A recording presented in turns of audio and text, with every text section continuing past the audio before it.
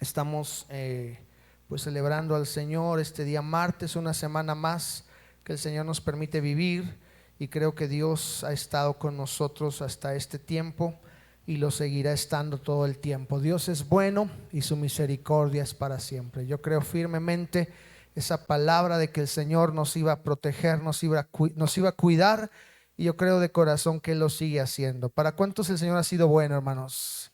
Y seguirá siendo bueno mientras el mundo hable de crisis. Nosotros seguimos creyendo que si estamos ubicados en el lugar correcto, el Señor cumplirá su palabra en nosotros, y Él hará la diferencia entre los hijos de Dios y aquellos que no les sirven. Eso es muy claro en la palabra. Dios hace una diferencia. Alguien dice que Dios nos ama a todos. Claro que sí, Dios nos ama a todos, pero Dios tiene promesas especiales para aquellos que les sirven. Y estamos nosotros creyendo eso, y estamos en la serie Cambios. Estamos hablando sobre ese cambio de mentalidad, ese cambio que implica cambiar muchas de las áreas de nuestra vida, porque hemos de entender que si cambia mi manera de vivir, va a cambiar mi manera de pensar. Estamos en esa idea.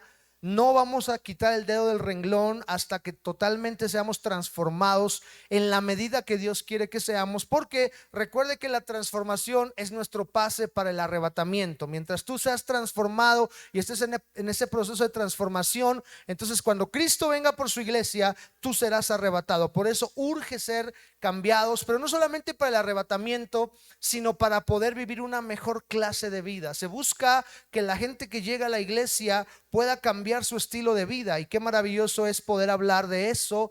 En la semana última que hablamos, hace una semana atrás, recuerde que esta semana tuvimos un invitado y no compartimos el tema de la serie, pero la semana pasada hablamos sobre los principios básicos o lo que produce en nosotros el discipulado. Sirva esto como un anuncio. Ya está casi terminando el discipulado. Gloria a Dios por la primera etapa de discipulado. Están ya en la clase, si no mal recuerdo, es la clase 5, ¿verdad, hermana Patti? Hoy dieron la clase 5. La próxima semana clase 6 y clase 7, y cerramos el primer módulo. Tendremos graduación y bautizos para aquellos que se van a bautizar el día 8 de agosto, así que prepárese. Y si usted no ha entrado a un discipulado, bueno, todavía es tiempo. Una vez que termine el discipulado, entramos a un siguiente discipulado, porque creemos firmemente que el discipulado produce cambios en nosotros. Nos quedamos diciendo lo que el comentario Barclay decía, que cuando tú estás en discipulado eres libre del miedo, libre del ego, libre de otras personas y libre del pecado. Eso es lo que produce en tu vida el discipulado. Cuando tú caminas en esa senda de aprendizaje continuo, te vas a dar cuenta que el discipulado no termina con un módulo. Claro, estamos terminando un módulo, pero el discipulado no se acaba ahí. El discipulado es algo total, que se está haciendo cíclicamente, totalmente se repite, siempre estamos aprendiendo, y el final del discipulado es cuando lleguemos a la presencia de Dios. Ahora, hablar de cambios, decíamos la última vez que tenemos que aprender a cambiar nuestra ubicación. Y estuvimos poniendo como ejemplo, cuando un teléfono celular cambia su ubicación y no tiene bien la ubicación, lógicamente no va a funcionar correctamente. El asunto de la hora y algunas cosas no funcionan si no estás ubicado geográficamente correctamente. En lo espiritual es igual.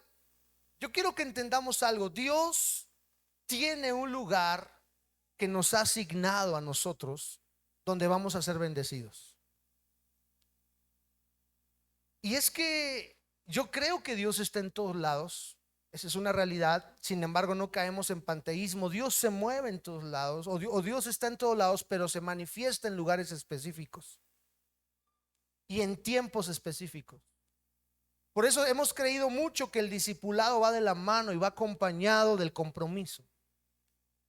Porque una de las clases de discipulado tiene que ver con eso, no precisamente el que tú tienes que estar ubicado en el lugar correcto donde Dios te planta. Porque la comparación que en el Antiguo Testamento se hace del discipulado es el Salmo 1. Dice: será como árbol plantado.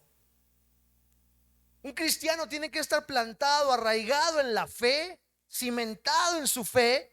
No tiene que estar en una condición de ser de doble ánimo, como dice Santiago, sino estar bien cimentado en lo que cree. Pero también implica estar cimentado en el lugar donde Dios lo plantó.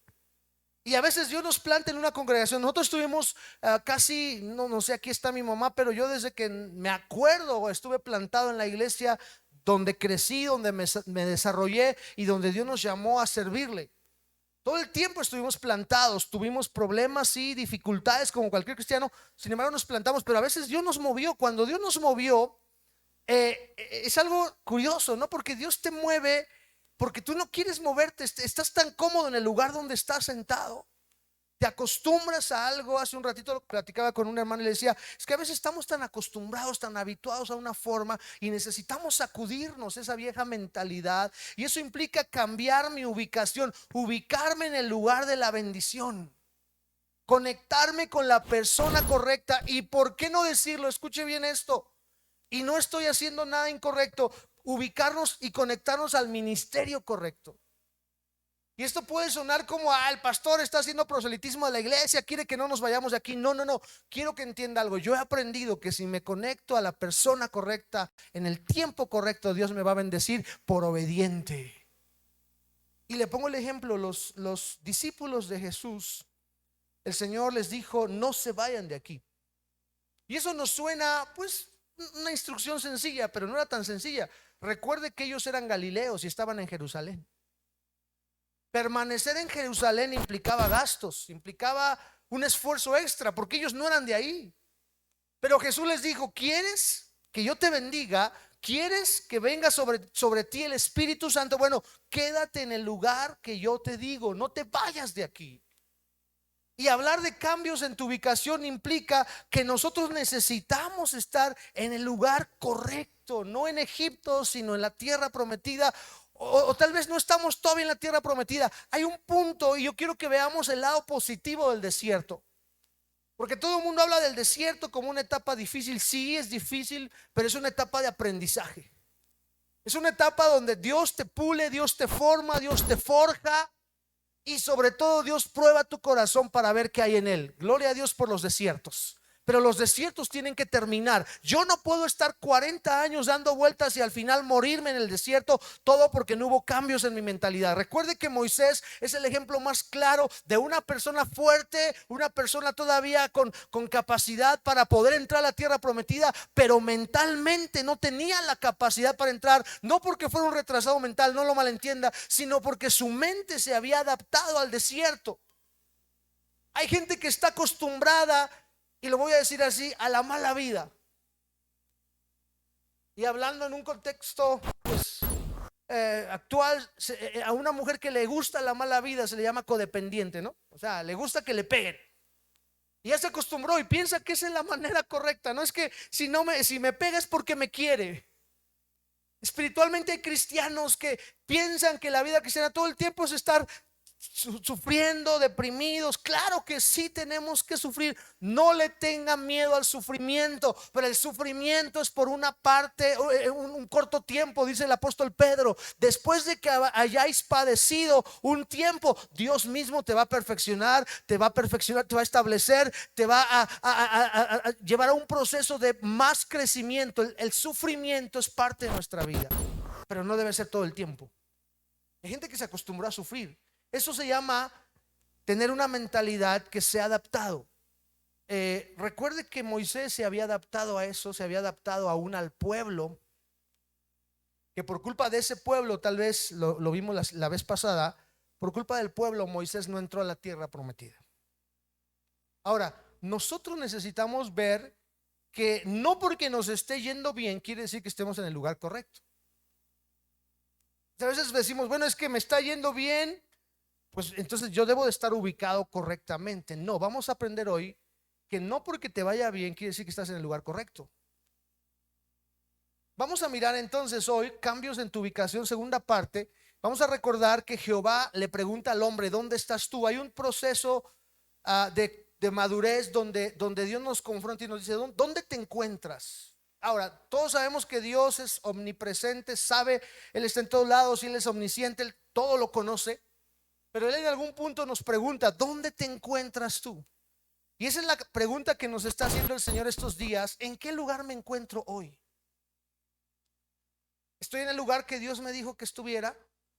¿O estoy vagando en el desierto? ¿O estoy aferrado a algo que Dios no quiere que haga, pero ahí estoy permaneciendo. Si no me pongo en el lugar correcto, la bendición completa de Dios no puede llegar a mi vida, y sobre todo no puedo tomar todos los propósitos que Dios tiene para mi vida. Ahora, recuerde que estuvimos hablando de Egipto como un lugar donde Israel estuvo un tiempo. Y hablamos de que la vida cristiana, hablando en un sentido figurado o metafórico, implica Egipto, desierto y tierra prometida. O sea, la meta es la tierra prometida. El inicio es Egipto. Egipto representa la vida antigua, el mundo. Ahora, quiero decirle esto con una gran realidad. Todo el tiempo se nos dijo que cuando venimos a Cristo salimos de Egipto, en teoría. O sea, en teoría salimos de Egipto, pero a veces Egipto no sale de nosotros. Ese es el problema. Que tú puedes tener 20 años de cristiano, pero todavía Egipto sigue estando en ti. Hay un punto donde Israel empieza a quejarse porque no había comida, y lo primero que hacen es evocar su mente, la mente recordadora, esas 16 mentes que hablamos. Hay una mente que empieza a recordar y empieza a traer a memoria y dice: pero si allá en Egipto no sufríamos, ¿por qué nos venimos para acá? Y eso le pasa mucho al cristiano, porque cuando empieza a caminar con Dios, aparentemente todo le empieza a ir mal. Yo conozco mucha gente que nada más decide, por ejemplo, dar un paso de compromiso con Dios. Por ejemplo, ahorita los que se van a bautizar, no crean que todo va a ser bravo, gloria a Dios, échale ganas. Sí, Dios va a estar de tu lado, pero el diablo va a intentar de todas las maneras que tú no te comprometas. Y es ahí donde tú dices: bueno, no vale la pena. Pues allá cuando estaba yo en Egipto, antes de venir a Cristo, antes de congregarme, me estaba yendo bien. Tenía trabajo, mi familia estaba estable.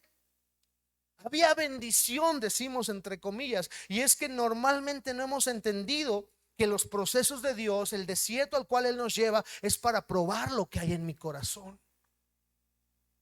Y cuando Israel enfrenta varias circunstancias difíciles, primero no hay agua y murmuran contra Moisés. Y siempre te vas a encontrar en la Biblia, cuando Israel sale del desierto, de Egipto, perdón, siempre te vas a encontrar esa palabra: y murmuraron contra Moisés.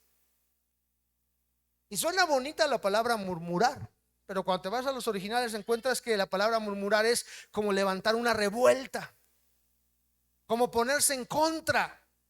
O sea, le estaban diciendo: a ver, Moisés, tú nos sacaste de aquí, ahora tú nos das lo que nos hace falta. Y cuando llegan al punto donde no había de comer, ya estaban aburridos del maná. Y a veces Dios nos lleva por un proceso donde el maná va a purificar nuestro interior.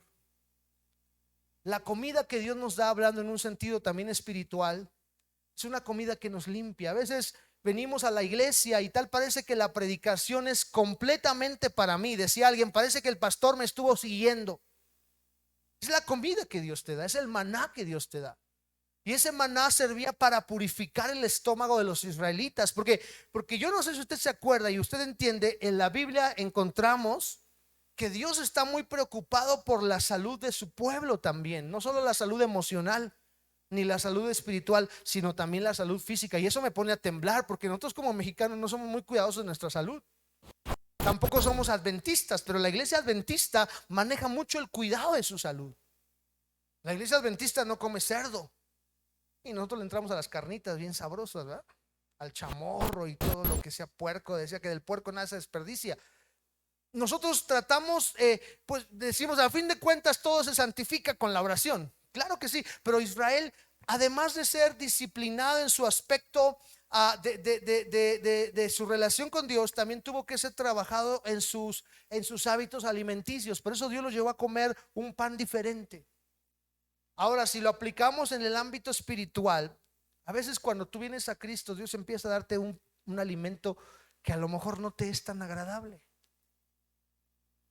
Por ejemplo, ahora que se dio discipulado, yo vi a varios hermanos que entraron al discipulado y que tal vez ya su proceso es de que han avanzado. O sea, podríamos decir: bueno, es que ellos ya no necesitan este discipulado. Sin embargo, yo le decía a mi esposa: es que vemos que Dios los ha llevado a esto porque pues ellos están tomando un alimento que tal vez no tomaron antes. O que si ya lo tomaron, le quieren volver a dar sabor a eso. El discipulado nunca va a ser tiempo perdido. El alimento que Dios te da siempre va a servirte para algo positivo. Yo me acuerdo que hace muchos años, cuando mi hijo Josué estaba pequeño, a él le gustaba mucho una fórmula, no sé ni cómo era, pero era como una papilla de cierta marca que cuando la preparaba mi esposa olía tan rico que yo le decía, oye, regálame tantito de eso, ¿no? Se me antojaba. O sea, yo ya no necesitaba ese alimento, pero el aroma que soltaba hacía que yo quisiera comer. Hasta ahorita ya se me antojó, vamos a tener que buscarlo, ¿verdad? Porque sí me acuerdo, ese sabor lo tengo tan marcado en mi paladar. Y yo en algún punto yo asimilaba eso y le decía a mi esposa, no sería como esto lo que sabría el maná, porque sabe tan rico, sabe delicioso. A veces Dios nos lleva a una palabra que a lo mejor son rudimentos. Son cosas básicas, pero que a veces necesitamos escuchar de parte de Dios para nuestra vida. Y hablar de un alimento adecuado implica tener una actitud correcta, porque recuerde que cuando el maná se surgía, porque Dios lo proveía, Israel tenía que hacer varias cosas, entre ellas tenía que agacharse a recogerlo. Tenían que agacharse, y eso habla de humildad. Muchas de las palabras que recibimos de parte de Dios se necesita humildad para poder tomarlas y darles sabor. Ahora, recuerde que también dice la Biblia que el maná a cada persona le sabía diferente. Eso es maravilloso, porque la palabra tiene muchas dimensiones. Dice alguien que la palabra es cuadrimensional, o sea, tiene algo que se ve hacia arriba, algo hacia abajo, algo a la izquierda, algo a la derecha, y cada uno, o más bien la palabra a cada uno le da el enfoque que tú necesitas. Eso es tener una alimentación correcta, y eso es la razón por la cual Dios llevó a Israel al desierto. Ahora, estar en el desierto implicaba disciplina. Vuelvo a repetir, pero Israel tenía un problema en su corazón. Egipto no había salido de su corazón. Ahora, vamos a mirar algunas situaciones que se dan cuando Egipto todavía no sale de tu corazón. Tú puedes estar en Cristo, llevar 20 años de cristiano tal vez, pero todavía a lo mejor evocas situaciones o el pasado, tu vida anterior, y entonces geográficamente tal vez no estás ubicado en el lugar correcto. ¿Qué pasa cuando estás en Egipto? Cuando estás en Egipto tienes crecimiento. O sea, si creces, eres bendecido. No hay problema por eso. O sea, y vuelvo a repetir, no porque te esté yendo bien quiere decir que estés dentro del propósito de Dios. A los narcos les va muy bien. A la gente que hace negocios ilícitos les va bien, aparentemente, pero no están dentro del propósito de Dios. Ahora, hablando nosotros como cristianos, cuando estamos en Egipto, pues sí, de repente tenemos cierto crecimiento. Nos va bien. Dice la Biblia en Éxodo 1:7, los hijos de Israel fueron fecundos, o sea, fueron prósperos, aumentaron, se multiplicaron y llegaron a ser poderosos en gran manera. Y la tierra, ¿cuál tierra? La de Egipto se llenó de ellos. O sea, estando en Egipto, ellos eran prósperos, eran bendecidos, pero no era su lugar. O sea, tú puedes ser que a lo mejor antes de conocer a Cristo te iba bien, pero ¿sabes qué? Dios ya te había elegido para algo, para estar en este lugar, para adorar su nombre. Eso se llama predestinación. Y Dios quiere que tú entiendas eso. Dios te quiere en el lugar que Él planeó para tu vida. Egipto no es tu lugar. Ahí estaban ellos como esclavos, pero aún siendo esclavos, Dios tan misericordioso los bendijo, los prosperó. Así que no tomes como referente el que te está yendo bien. Hoy en día la teología de la prosperidad habla mucho de eso. Si tienes un buen carro, entonces Dios está contigo. Si viajas mucho, Dios está contigo. Si tienes mucho dinero, Dios está contigo. No siempre es una señal de que Dios esté contigo el que te vaya bien. No confundamos. O a veces pensamos que un hermano que a lo mejor le está yendo mal porque perdió su trabajo, no tiene dinero, se ha enfermado, lo primero que pensamos y decimos, uy, pues si es cristiano, Dios debería de bendecirlo.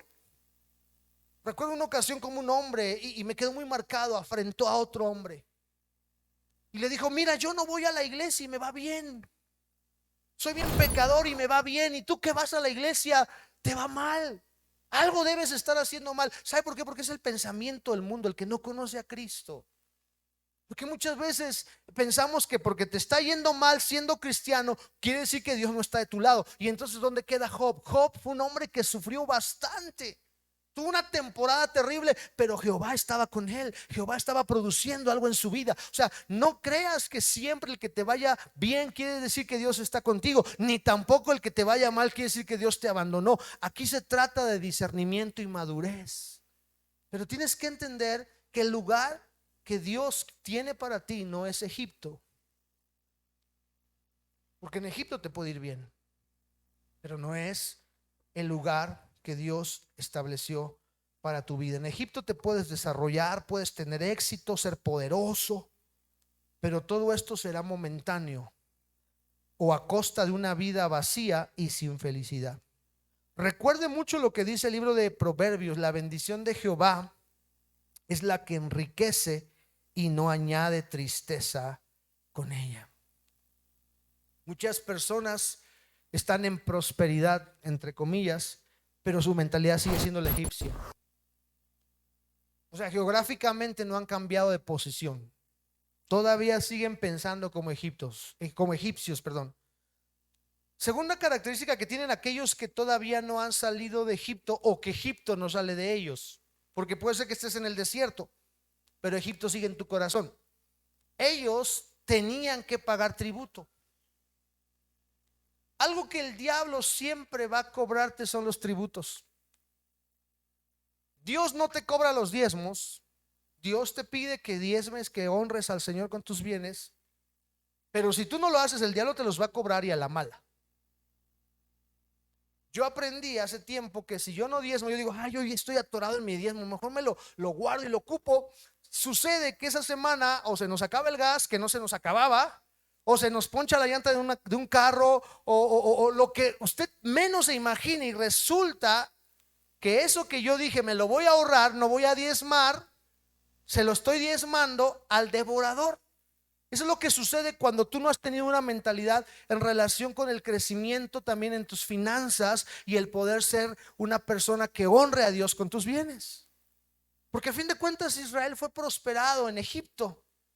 Y sí, por 400 años fueron esclavos, pero cuando salen de esos 400 años y cuando Dios los saca de ahí, ellos fueron enriquecidos. Y entonces todos esos 400 años ellos estuvieron pagando impuestos, pagando tributos. ¿Cuántas veces ocurre que tú, sin estar en Cristo, sigues pagando? Y no hablo de impuestos al gobierno, porque es algo que tenemos que hacer de ley, no podemos evitarlo. Pero hablo de esas situaciones que a lo mejor tú, por más que trabajas, no alcanzas a lograr los sueños que te propones o las metas que te propones. Porque en Egipto el diablo te cobra impuestos, te cobra tributo, y no solamente financiero, te agobia. ¿A costa de qué estás obteniendo lo que tienes? Dice la palabra en Éxodo 1:11: entonces pusieron sobre ellos comisarios de tributos que los molestasen con sus cargas. Wow. Así te quiere Satanás, pagando tributo. Que no te alcance el tiempo, que no te alcance el dinero, que nada te alcance, que ni siquiera te sientas feliz. Eso es lo que significa el tributo. Cuando estás en Egipto, cuando tu posición no ha cambiado, cuando tú estás en el lugar incorrecto, no en el lugar que Dios planeó para ti, vas a estar pagando tributo. En Egipto hay una aflicción en el aspecto económico. No vas a ver crecimiento. Por más que te esfuerces, no vas a crecer hasta que cambies de lugar y digas: Señor, mi corazón te pertenece, mis manos te pertenecen. Eso es muy importante decírselo. Mi corazón, mis manos. Pero decirle: Señor, también mi economía te pertenece, es tuya. Aprender que lo que tenemos proviene de Él. En Egipto te va bien, pero pues ese de que te vaya bien implica que también tengas que pagar tributos. Otra manera en la que nos damos cuenta que nuestra posición no ha cambiado cuando estamos en Egipto es que estamos construyendo para otros. ¿Esto qué significa? Dice la palabra, edificaron para Faraón las ciudades de almacenaje, Pitón y Ramesés. Históricamente eso es real. O sea, ¿quién construyó las pirámides de Egipto?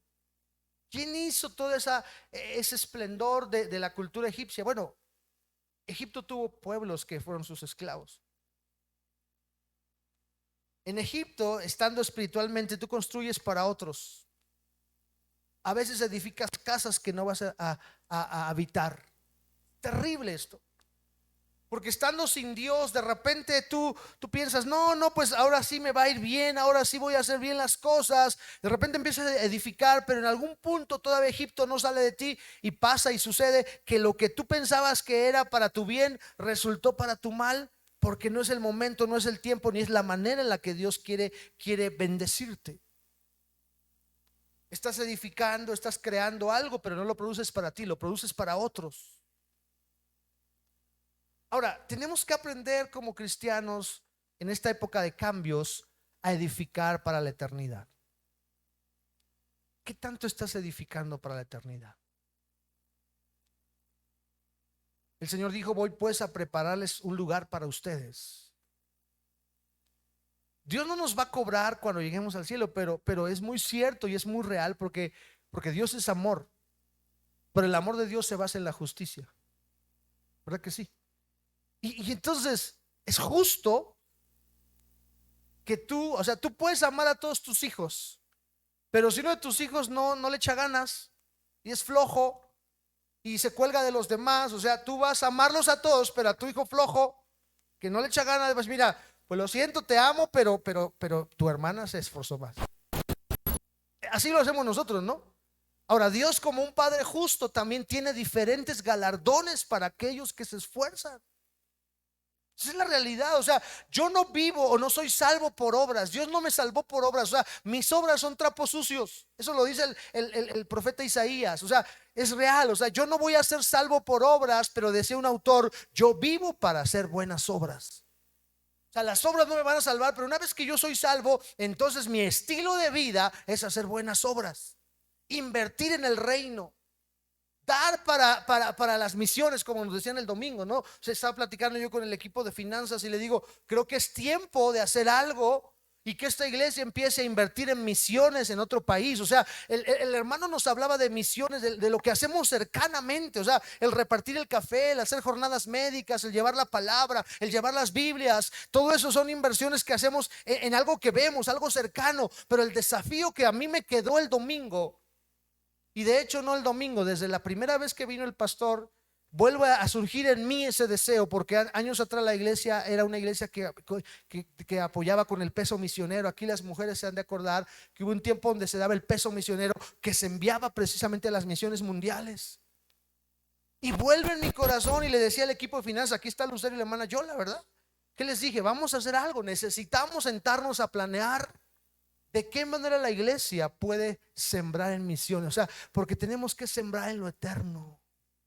Si queremos ser prosperados, la mejor manera de ser prosperados es dar para la causa de Cristo. Porque a veces estamos construyendo para otros y no estamos construyendo para el reino de los cielos.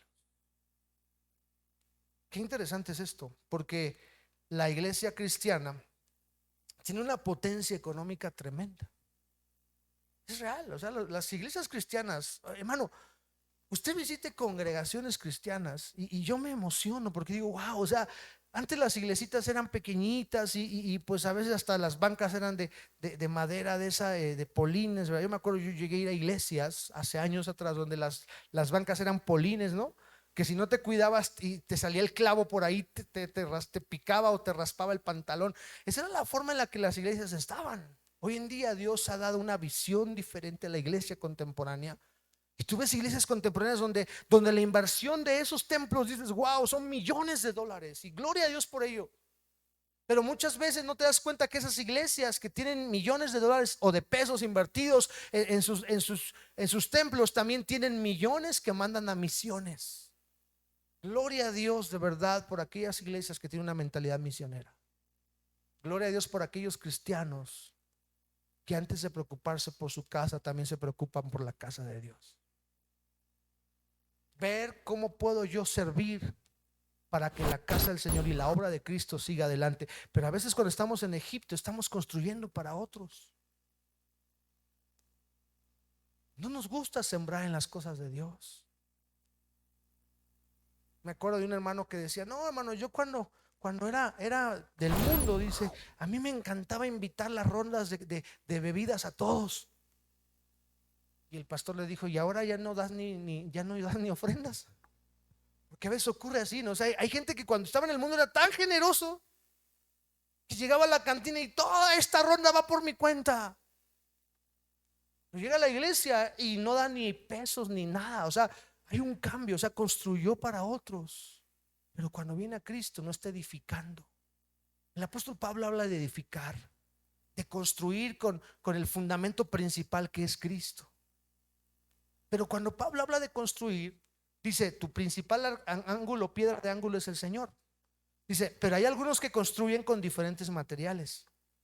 Y empieza a hablar. Algunos construyen con madera, algunos construyen con plata, con oro, con piedras preciosas, pero algunos construyen con heno o hojarasca, dice. Y entonces normalmente pensamos que eso se aplica a los no cristianos. No, no, no. Esa frase, ese pasaje, ese contexto se refiere a los cristianos y nos hace una pregunta. O sea, nos hace reflexionar a nosotros y nos dice: ¿con qué estás tú construyendo? Porque luego dice: toda la obra que tú estás construyendo un día será probada por el fuego. Lo que tú haces para Dios, si lo pasaran por el fuego de la prueba, ¿perduraría? Te pongo un ejemplo y no voy a hablar de dinero.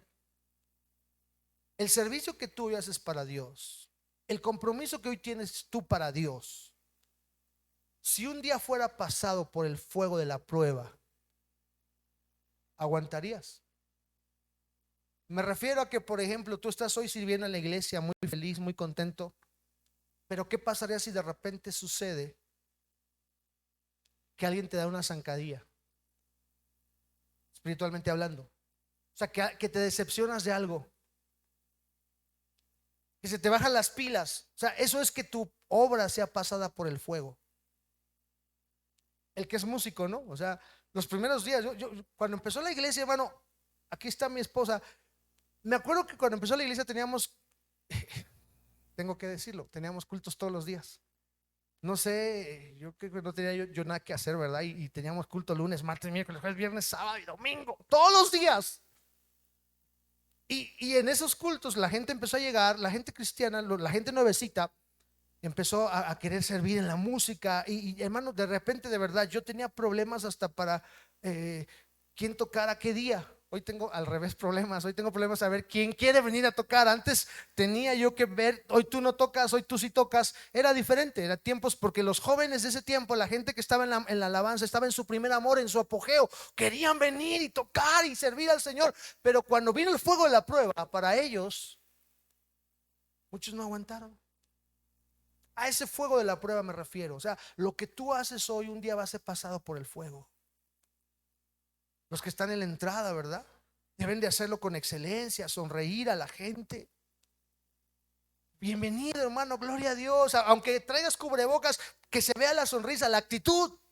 ¿Y qué pasa si un día con esa buena actitud tú recibes a alguien y ese alguien ni te hace caso o te dice de cosas? ¿Cómo vas a reaccionar? Es el fuego de la prueba. Toda obra que tú construyes va a ser pasada por el fuego. Y si estás en Egipto, no creo que tu construcción esté siendo pues con los elementos correctos. Servimos a Dios por amor. Hace unos días atrás Dios me despertó con una palabra. No es una palabra de la Biblia, lo voy a decir, pero me está haciendo, como dicen, girar la ardilla en mi cerebro. Y esa frase hasta la noté. De esas veces, ¿nunca te ha pasado que estás despiertas y te viene algo a la mente? Y yo tengo mi teléfono y luego escribo. Luego mi esposa me dice: ¿a quién le estás mandando mensajes? No, a nadie, estoy escribiendo. No porque sea celosa, no, no, no. O sea, me pregunta: híjole, ¿está mi esposa por ahí? Ya se fue. Ay, Dios mío, me toca suelo hoy, ¿verdad? Ok, no, pero sí es real. O sea, yo escribo y luego ahí, y esa frase decía: el que te ama camina contigo.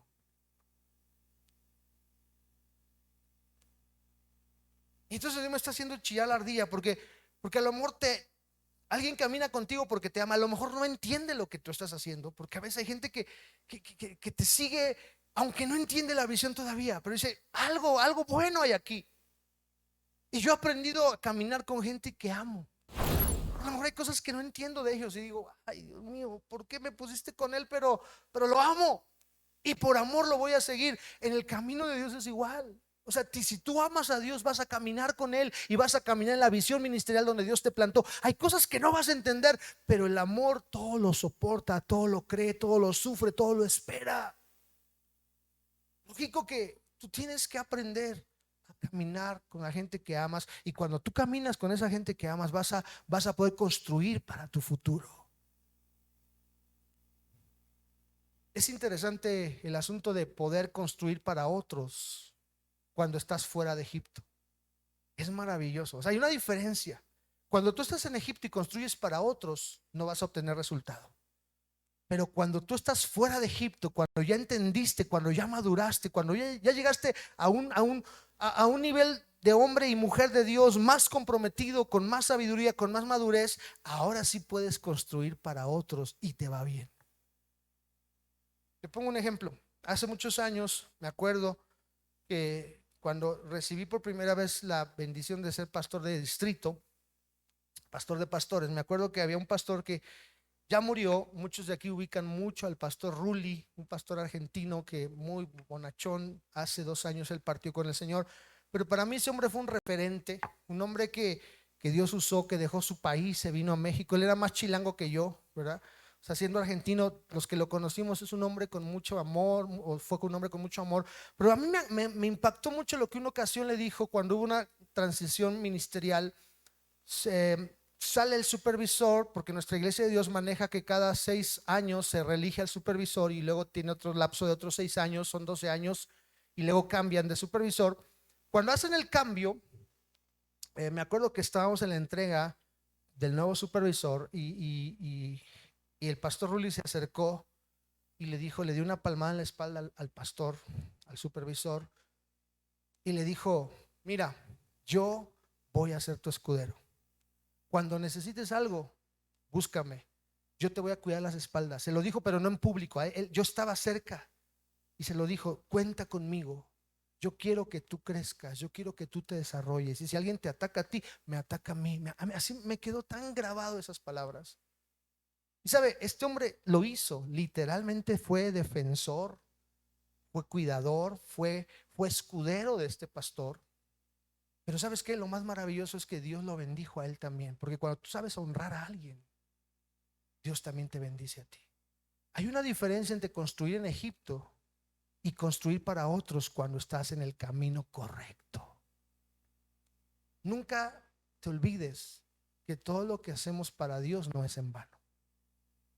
En Egipto sí es en vano porque tú sirves y plantas para otros, pero cuando ya tu mentalidad cambió, cuando ya entiendes que tú tienes la capacidad de sembrar para lo eterno, entonces todo lo que tú das se regresa multiplicado.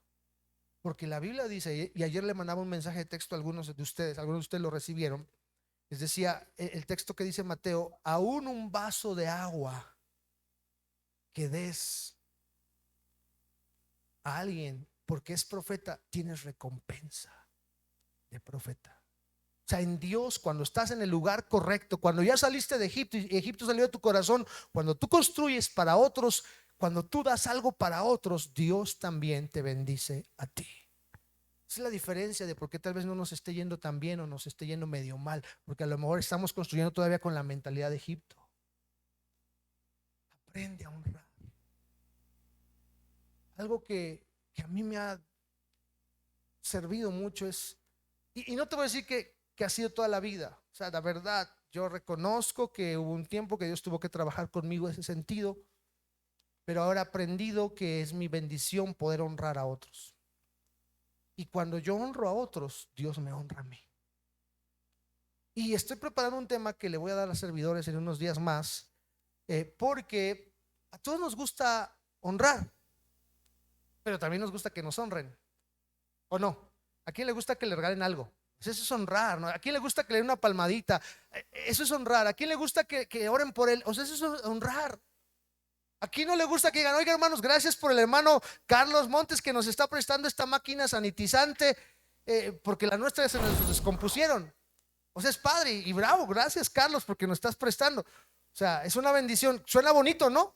Y él se siente bien, se siente honrado, es maravilloso.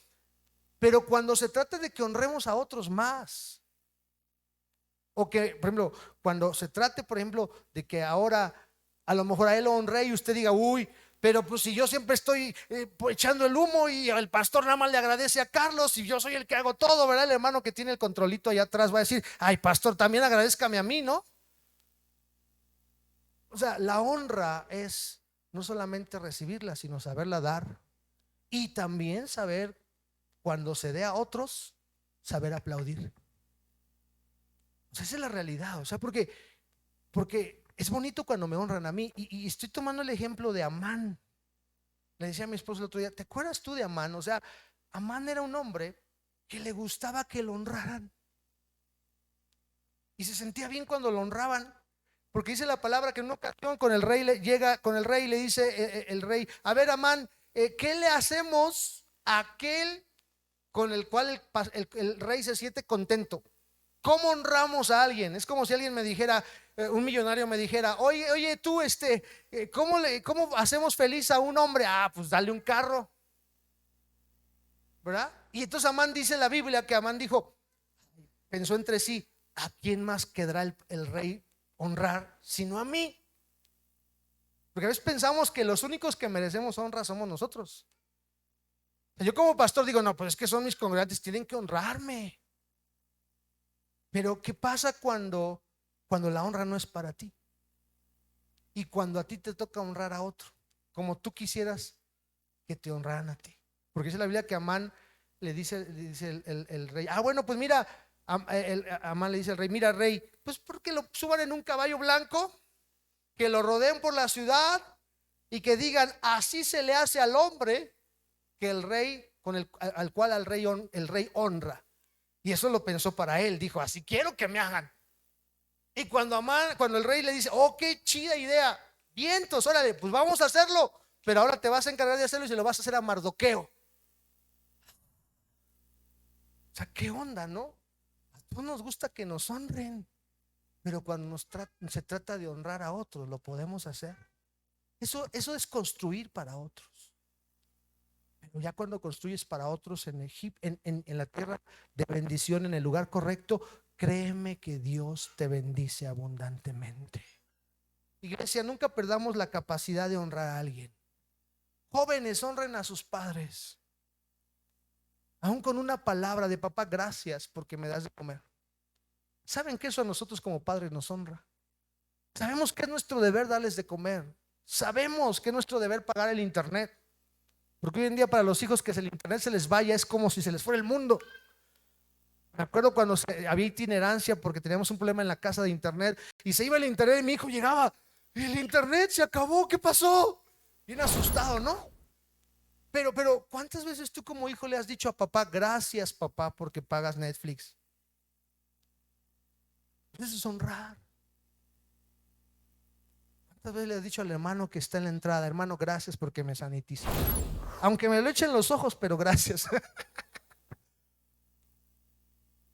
No, o sea, agradece. Eso es honrar. La honra es reconocer a alguien. Y la Biblia dice, honra a tu padre y a tu madre para que te vaya bien. Hermano, pero es que usted no sabe cómo es mi padre, no importa, hónralo. Esa es la ley de Dios. Hónralo, te va a ir bien. Eso es construir cuando estás en el lugar correcto. Y bueno, vamos a terminar.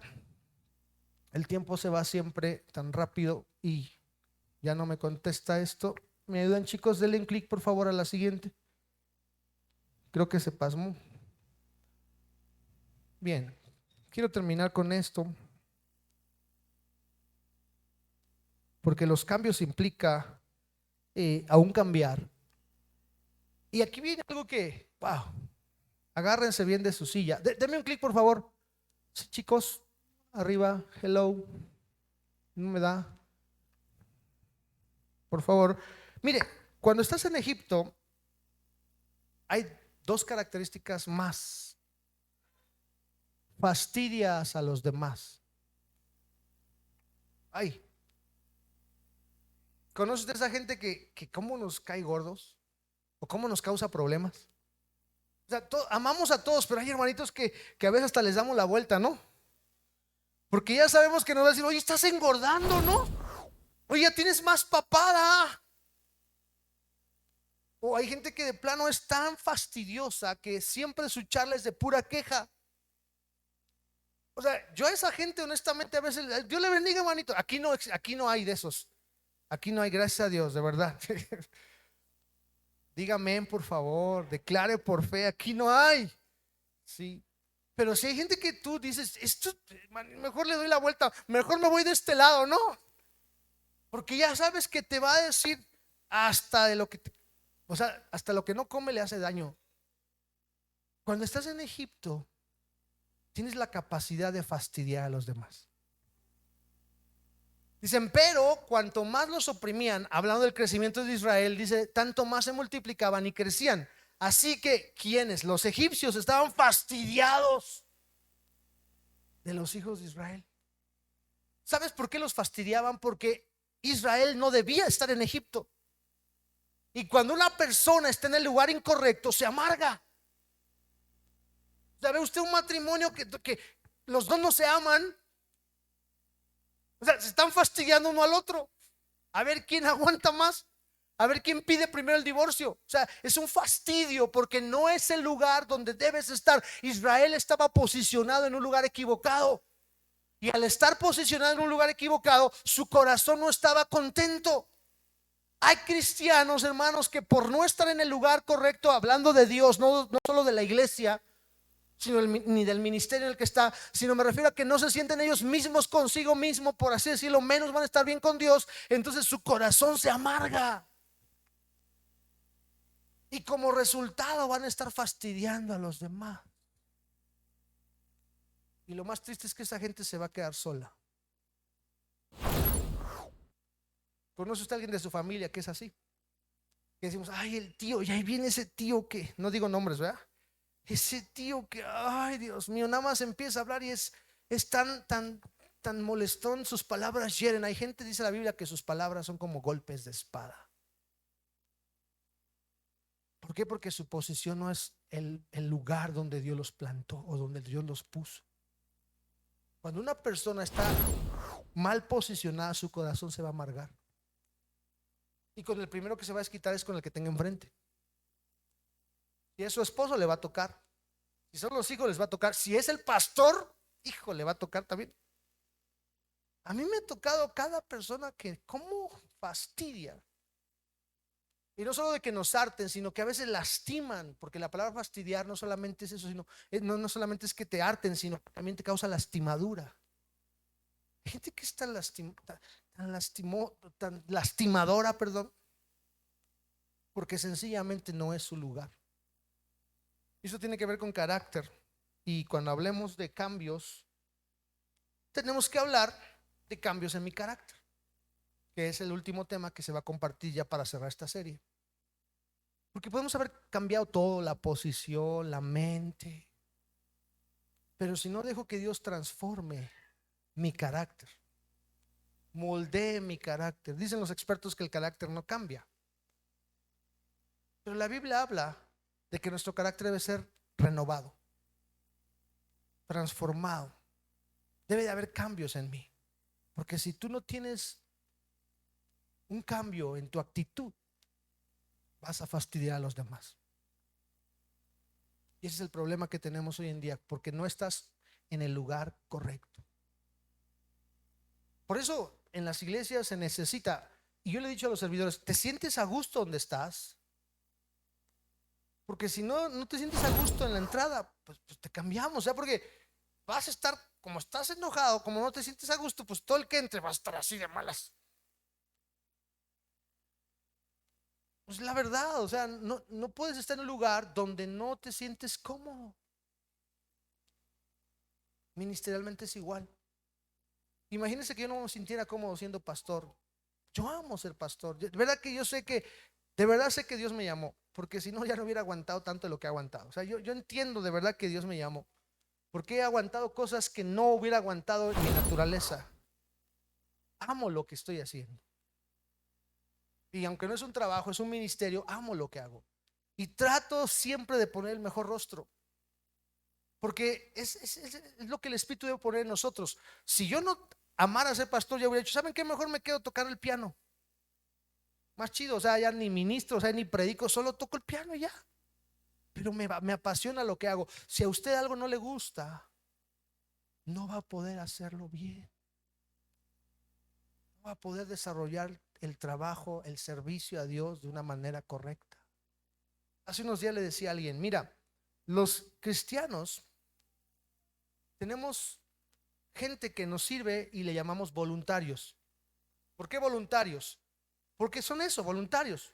O sea, no les pagamos, no les damos su comida gratis, o sea, son voluntarios. A veces el voluntario hasta saca de su bolsa para dar. Pero precisamente le digo, por eso en muchas iglesias los voluntarios son los primeros que corren a la gente. Yo no sé si estoy hablando esto por los servidores, no sé si el Señor me está llevando a esto estos últimos minutos. A lo mejor algo Dios quiere tratar con servidores. Pero yo le decía a esta persona que no es de la iglesia, le decía, mira, aunque tenemos gente voluntaria, yo busco que la gente voluntaria tenga un estándar de excelencia. Porque si aún las grandes empresas que piden voluntarios, yo no sabía, eso lo aprendí hace como 4 años. Por ejemplo, las empresas o las organizaciones que piden gente voluntaria, o sea, que si tú quieres ir a limpiar un camellón o a plantar árboles, ok, tú dices, hoy desperté con ganas de ser voluntario, me voy a inscribir. Sí te inscribes, pero hay unos requisitos. Porque aunque eres voluntario, aunque no te pagan, tu deber es tener una actitud correcta. Yo le decía, eso a mí me enseñó que en la iglesia, aunque la gente sea voluntaria, debemos enseñarle que sean responsables. Digan amén. Servidores, responsables, que lleguen a sus horas, los días que les toca. Amén. Que vengan temprano, que vengan con buena actitud. Eso es lo que se busca cuando tú estás en el lugar correcto. Y eso hace que la iglesia, crezca. Porque yo se lo dije una vez, el otro día fui a un lugar a comer, pues la comida no estuvo muy buena, pero la atención sí. Le dije a mi esposa, pues aquí por la atención sí regreso. Hay iglesias que a lo mejor no somos las mejores iglesias hablando de infraestructura. Porque es cierto que hay iglesias que nos llevan una gran ventaja en cuanto a que tienen salones, todo un ministerio tremendo. Y uno dice, wow, a veces se me hace agua a la boca y digo, ay Señor, tienen como 40 ministerios. Pero yo le decía a veces a alguien, a veces la gente se queda en una iglesia pequeña por el amor que hay. No digo que ya no hay amor. Sí, en muchas iglesias hay un estándar de excelencia y de amor muy fuerte. Pero me refiero a que si nosotros como iglesia entendiéramos que cualquier persona, aún, mire, no solo los que son de la congregación, aún los que están afuera, les tenemos que amar. A veces hay gente que nos fastidia. Y otro le decía a alguien, mira, a veces ni quisiera dejarlo entrar, pero ¿qué tal si un día Dios lo toca, no? Yo nada más le decía, pónganse al pendiente, no sé que un día se nos ponga ahí endemoniado o algo así, no, pero aquí nunca le vamos a prohibir la entrada a nadie. Porque nuestro deber es amar a la gente que está a nuestro alrededor. Eso es tener un corazón posicionado en el lugar correcto. Cuando tú estás en Egipto todavía, tu corazón se fastidia por todo. Estás amargado. Esa es una señal de que todavía no has llegado al lugar que Dios quiere. Y hablemos aún de hasta, si Dios permite el domingo trabajaremos ese tema. A veces hasta Dios tiene que cambiar nuestra forma de hablar. Es que yo así hablo, soy bien grosero, soy bien golpeado. Bueno, pues que Dios cambie tus palabras. ¿Se podrá o no se podrá? Sí se podrá. Porque la Biblia dice que nuestras palabras sean sazonadas con sal. Se busca que usted como iglesia tenga un corazón de servicio y que esté en el lugar correcto. Y de esa forma, el más bendecido va a ser usted y los cambios van a ser para usted, para su entorno, y la gloria de Dios se va a manifestar en su vida. ¿Por qué no inclina su cabeza un momentito? Vamos a orar. Dios, te damos gracias esta noche por darnos la oportunidad de ser desafiados, confrontados con tu palabra. Señor, ¿en qué lugar nos encontramos hoy? Hay varios referentes para saber nuestra posición, si estamos todavía en Egipto, si estamos en el desierto, o si aún estando en el desierto, Egipto continúa en nuestro corazón, Señor. Si algo ha sucedido así, Padre, ayúdanos a volver al lugar correcto, ayúdanos a volver a tu propósito. Señor, si tenemos alguna de las características que miramos anteriormente, ayúdanos a poder cambiarlas en tu nombre. Porque al cambiar nuestra manera de pensar, cambiará nuestra manera de vivir, Señor. Confiamos de todo corazón que así sucederá, Señor. Confiamos, Señor, que estando en el lugar correcto, vamos a poder funcionar correctamente y desarrollar todo el potencial que tú has puesto en nosotros. Siempre hemos creído, Señor, que has puesto una eternidad en nuestro corazón, has puesto trascendencia en nuestro corazón. Y deseamos de todo corazón, Señor, que toda esta congregación que escuche este mensaje, toda la familia de Palabra de Vida, pueda desarrollar su potencial estando en el lugar correcto, caminando en la actitud correcta y sobre todo, Señor, tomados de tu mano para poder producir no solo en esta congregación, sino en el lugar donde nos desarrollamos, Señor, de reflejar el carácter de Cristo allá afuera, que la gente pueda anhelar lo que nosotros tenemos, que la gente pueda ver a Cristo reflejado en nuestras vidas. Esa es nuestra meta, caminar como tú, Señor, andar como tú anduviste, Señor, y ser un reflejo de tu gloria en este mundo tan necesitado, tan carente de amor, tan carente de excelencia, tan carente de liderazgo. Nosotros queremos levantarnos como esos líderes que van a marcar la diferencia, comprometidos, amantes de ti, Señor, y llenos de tu Espíritu Santo. Eso es lo que buscamos ser. Y yo sé que tu palabra nos ayudará a desarrollarlo y tu Espíritu nos guiará y nos va a redarguir para poder hacer cambios necesarios en nuestra vida. En el nombre de Jesús, amén. En la mañana estaba leyendo una nota de un pastor que decía que en 9 años muchos de los líderes que hoy tenemos, hablando en el aspecto iglesia, muchos de los líderes que hoy tenemos en 9 años ya no estarán con nosotros. Y decía él, los que nos van a liderar, ¿qué corazón tendrán? Y a mí me puso a pensar en el sentido de que si Cristo no viene en algunos años más, pues gente clave estará con el Señor. ¿Y quién estará dirigiendo la iglesia? Y yo decía, creo que quien está dirigiendo la iglesia es la gente que hoy tenemos en las sillas, escuchando los mensajes, y tenemos que trabajar con ellos para que siempre, siempre puedan entender que venimos a esta tierra a servir. ¿Cuántos están de acuerdo en eso? Me gusta cuando dice que David sirvió a su generación y murió. Tú estás aquí para servir a tu generación. Dios te bendiga y que puedas cada día entender que el futuro está aquí ahora y que si Cristo no viene, tú estarás en unos años adelante liderando, sirviendo. Sirve de la mejor manera para la gloria del Señor Jesucristo. Dios les bendiga. Cerramos transmisión. Nos vemos el jueves a las 7:30 para la intercesión. Recuerden, hermanos, que están en transmisión, que el sábado tenemos nuestra cena de matrimonios a las 6 de la tarde, ¿verdad, hermano? ¿Verdad? Esposa mía, sí. Pastora, a las 6 de la tarde. El anuncio es, mi esposa lo iba a dar, pero yo voy a cerrar la transmisión. No olvide, todavía hay lugares, apártelos, resérvelos. A las 6 de la tarde comienza y el costo son 200 pesos por pareja. Ahí en la página de la iglesia está ya el promo completo para que usted lo comparta y se entere de más detalles. Dios les bendiga y nos vemos la siguiente reunión.